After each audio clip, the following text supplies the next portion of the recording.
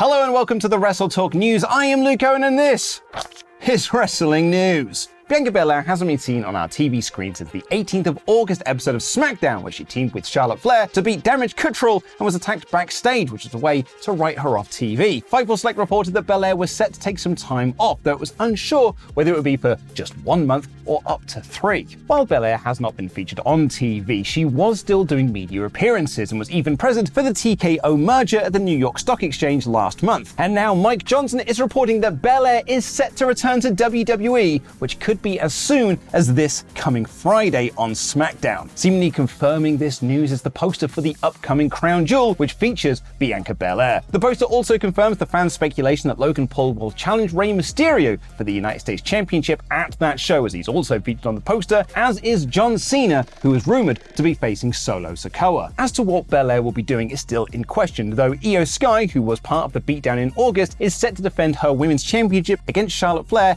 this coming Friday. If Johnson is correct and Belair is also returning on that show, one would presume she will factor into that somehow. But while Belair is more or less confirmed to be returning before long, another name might have had his return cancelled. Bo Dallas returned to WWE as part of the early days of the Triple H regime, when he brought back a lot of talent that had been released during the Vince years, including names like Johnny Gargano, Hit Row, Candice LeRae, Braun Strowman, and others. And one of the big names he brought back was Bray Wyatt, who began teasers for a new faction called Wyatt 6, the first member of which was the mysterious Uncle Howdy, being portrayed by Jay White. I mean Bo Dallas. Other rumor names for the group included Alexa Bliss and Eric Young, who also made his return to the company. Sadly, the plans for the group hit stumbling blocks when Bray fell ill, Bliss fell pregnant, and Eric Young fell into morals and left the company when Vince McMahon came back into power. And then tragedy struck when Bray Wyatt passed away in late August, which, I'll be honest, I still don't think I have fully processed. With Alexa Bliss still out pregnant and Young back in Impact Wrestling, it looked like the Wyatt 6 faction was done and dusted. Reports from less than reputable sources claimed it was still on the cards though, but a new report suggests the opposite. Those less than reputable reports claimed that a Wyatt 6 return was still on the table. However, Dave Meltzer has provided a Bo Dallas update on the latest edition of Wrestling Observer Radio, and it's not a promising one. According to Meltzer, the only reason he was even being used was as a favor to Bray Wyatt. It's possible they'll use him, but I don't expect him to be back. Dallas had been used on TV while Wyatt was still with us, even getting a big spot at this year's Royal Rumble, but has not had a wrestling match since. Check this out. He teamed with Dolph Ziggler and Robert Roode on a house show in a losing effort to Lucha House Party and Shorty G. It sounds like a parallel universe, and it was only 4 years ago. Speaking of parallel universes, and remember just a few months ago when Vince McMahon wormed his way back into WWE to sell the company, and despite saying he wasn't going to get into the weeds of creative, he was very much in the weeds of creative and making changes to the show? Well, now that has all come to an end, with Ari Emanuel himself confirming reports that Vince has been removed from the creative side of WWE so he can focus on the TV rights deals, with Triple H once again having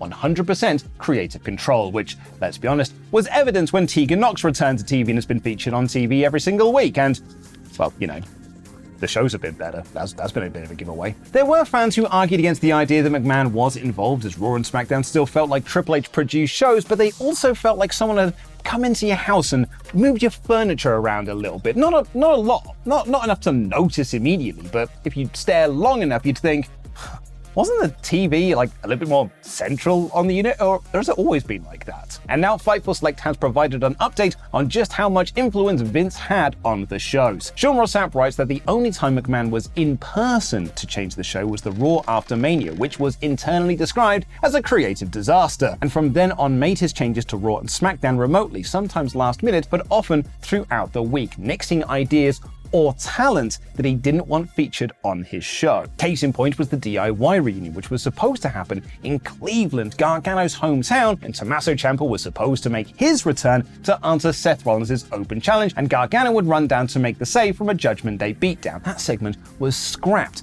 We also heard a few weeks ago that Tegan Nox was supposed to answer Becky Lynch's open challenge and was even stood in gorilla position waiting for her cue to go out when Vince made the change for it to be Natalya instead. Sean Ross Sapp has been told by his sources that the removal of McMahon was felt overnight in creative, with the shows now putting more focus on cameos, women on screen, longer matches, and less restrictions in the ring. They highlight the Ivar vs Kofi Kingston match from a few weeks ago, as well as this week's matches like Shinsuke Nakamura vs Ricochet and Gunther vs Bronson Reed, as very important in establishing the in-ring aspect of WWE Raw. And it's not just in WWE that Vince McMahon has lost creative control. Back in the dark days of 2020, it was announced on a WWE earnings call that they were working with Netflix on a docu-series about Vinnie Mac, with Bill Simmons named as the executive producer. The documentary series was originally supposed to be released in 2022, but it's currently not on Netflix's slate. Speaking at Bloomberg's Screen Time event, Simmons provided an update on the project, essentially saying that plans on it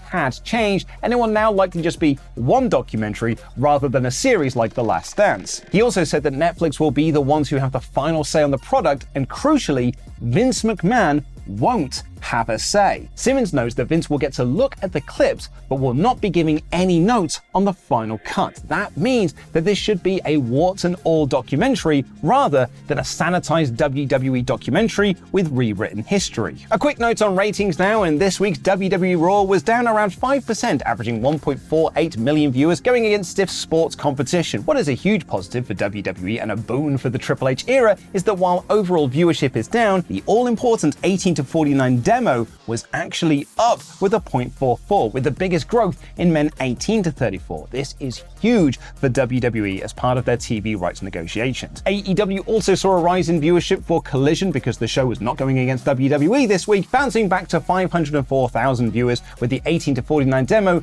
being up 55.6% from the previous week. Now it's time for my NXT 1 minute one take. I know some of you want to see a return of proper NXT reviews, and we do hear you, we do read the comments, but for now I'm going to do it this way because I'm going slightly over time, and I'm going to be going to record some No Holds Barred shortly with some very special guests, which I'm very much looking forward to. So anyway, Xavier Woods believes in you. I'm sure Terry believes in you. What about you? British wrestling legend Ken Nagasaki, do you believe in me? Oh, f you then. 3, 2, 1, let's go. Chase U won the Bada Bing Bada Boom Battle Royal to become the #1 contenders to the tag titles at Halloween Havoc. They beat Humberto Carrillo and Angel Garza in the finals of that Battle Royal after interference from the Creed brothers. Blair Davenport and Gigi Dolan will have a lights out match at Halloween Havoc. Lexis King got another vignette, it's Brian Pillman Jr., got another vignette and announced he'll debut next week, and the triple threat to crown a new #1 contender to Ilya Dragunov became a fatal four-way when Trick Williams got involved, but went back to being a triple threat when Williams was taken out backstage by an unknown attacker.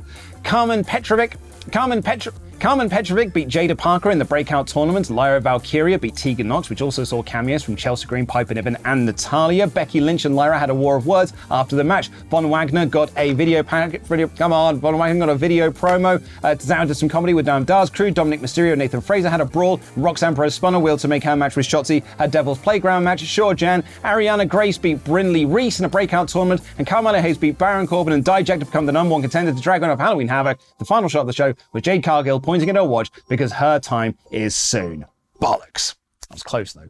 Go and check out the latest partsFUNknown list video, and this one counts down the top rivals of Edge, or as he's now known, Adam Copeland, in AEW. So what do you mean you didn't believe in me?